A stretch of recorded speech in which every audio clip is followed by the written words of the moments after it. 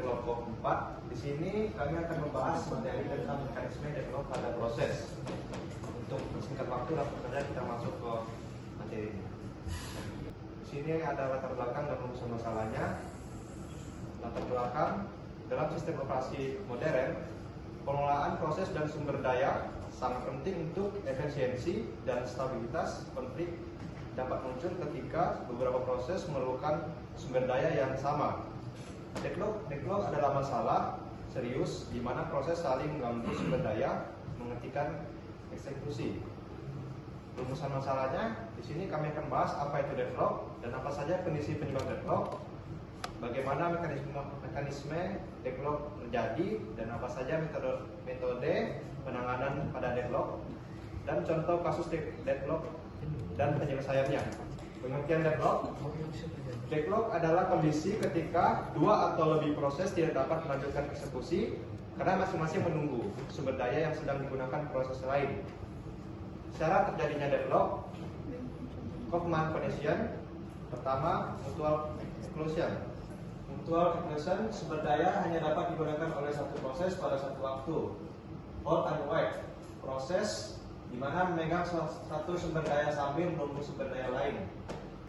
Nah, di sini sumber daya yang memicu deadlock bisa dilihat di mana deadlock dapat terjadi karena perebutan berbagai jenis sumber daya dalam sistem operasi.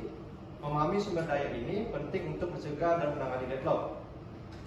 Sumber daya ini meliputi komponen perangkat keras seperti CPU, memori, perangkat prefab seperti printer, serta entitas perangkat lunak seperti file dan smartphone.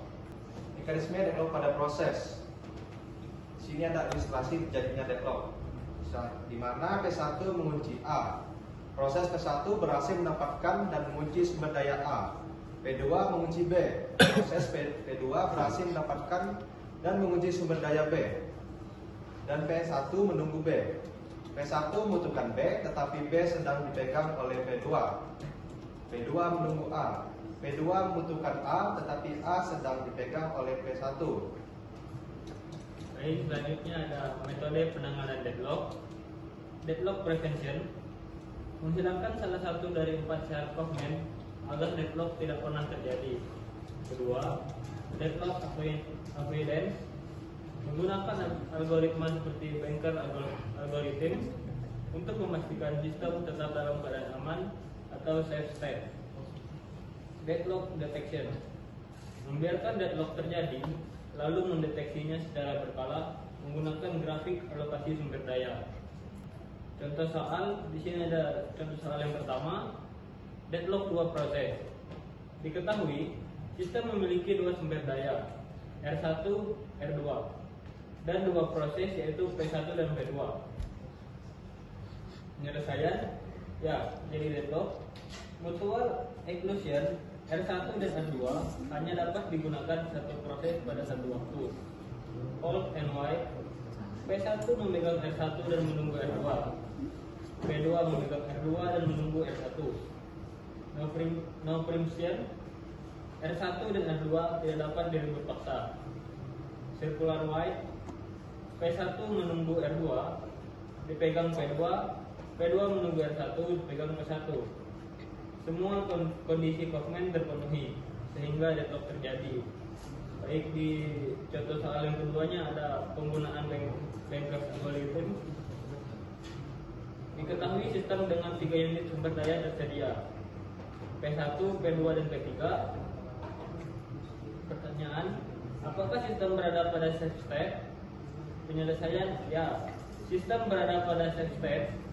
Cek P2, need sama dengan 3, available sama dengan 3. Jalankan P2, available sama dengan 3 plus 2 sama dengan 5. Cek P1, need sama dengan 4, available 5. Jalankan P1, available sama dengan 5 plus 3 sama dengan 8. Cek P3, need available sama dengan 8. Jalankan P3, available 8 plus 2 sama dengan 10. Semua proses dapat diselesaikan sehingga sistem aman dan tidak terjadi deadlock. Baik, di sini ada kesimpulan.